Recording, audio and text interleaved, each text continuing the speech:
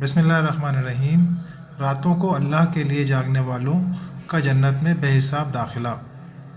رسول اللہ صلی اللہ علیہ وسلم نے ارشاد فرمایا کہ قیامت کے دن سب لوگ زندہ کیے جانے کے بعد ایک وسیع اور ہموار میدان میں جمع کیے جائیں گے، یعنی سب میدان حشر میں جمع ہو جائیں گے۔